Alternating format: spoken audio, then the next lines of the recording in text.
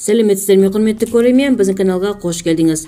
Жетісу облысында аудандық мәслихат депутатын өлтіріп кетті. Желіде Жетісу облысында аудандық мәслихат депутаты Дәурен Слемовтың Үшарал қаласында өлі табылғанын, бейтаныс біреу оны пышақтап кеткен туралы ақпарат тарады. Жетісу облысында аудандық мәслихат депутатын өлтіріп кетті деп хабарлайды Массагет.кз. Желіде Жетісу облысында аудандық мәслихат депутаты Дәурен Слемовтың Үшарал қаласында өлі табылғанын, бейтаныс біреу оны пышақтап кеткен туралы ақпарат тарады. Мұны облыстық полиция департаментінің баспасөз қызметі растады.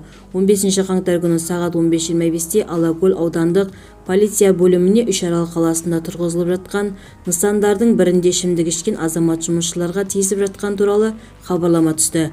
Полицейлер күдікті 24 жастағы жергілікті тұрғынның жұмысшыларды қорғамақшы болған 34 жастағы ер адамды пышақтап, оқиға орнынан қашып кеткенін анықтады деп хабарлады полиция.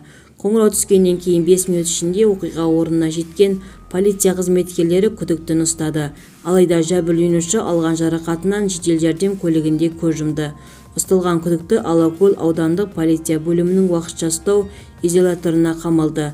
Аталған факті бойынша қылмыстық іс қозғалып, қажетті сараптамалар тағайындалды. Тергеу мүддесіне сай басқа ақпарат жария етілмейді. Толығырақ төмендегі сайтымыздан көре аласыздар. Егер де біздің видеолар ұнаса, подписывайтесь және бір ғана лайк түймесін басып кетулеріңізді сұраймыз.